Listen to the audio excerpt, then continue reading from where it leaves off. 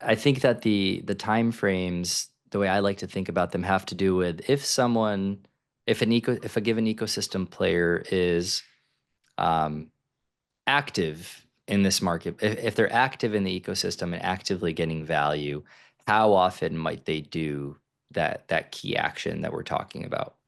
In the example of Instagram and maybe Reels, if someone is an active creator on Instagram, you could make the case they don't publish every day. Obviously, the most active creators do, but there's probably some creators that publish maybe 4 or 5 times a week or 4 or 5 days a week. Maybe they want to take a Saturday off or weekends off. So to kind of like smooth it out for like not to nitpick days, I'm almost imagining a chart, right? And the chart could have like daily looks like more like like you're at a hospital and you're looking at like the EKG thing or whatever, where, that's okay. The weekly one's going to be a bit smoother.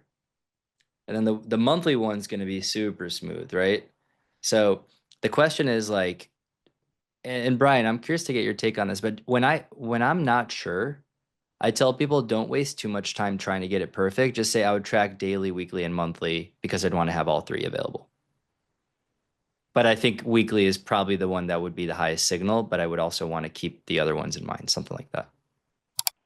One thing I think a lot of meta interviewers, and I'd be surprised if Google and other companies aren't included, but they want to know that you're the reason partially the reason these interviews used to actually be called execution interviews, and in some companies they still are called execution, like product execution interviews, is because there's a very close connection at these kind of big tech data driven type companies between analytical chops and execution.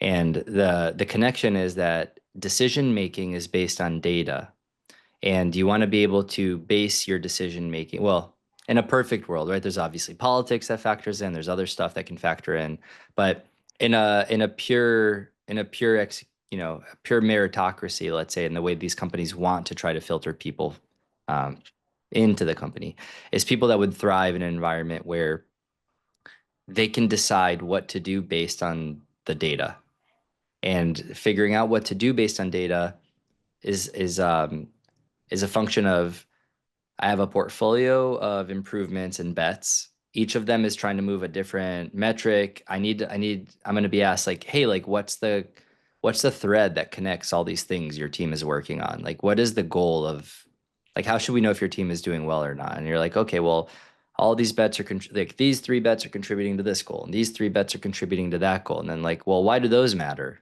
Right? Well, those goals are contributing to this thing that this person cares about, and then I know they're contributing to something I know Zuck cares about. So you actually do spend a good amount of time. I mean, Brian can probably tell you better than anyone, but you spend a lot of time in these companies, especially places like Meta, helping other people within the company understand the impact that your team is having from what you're working on.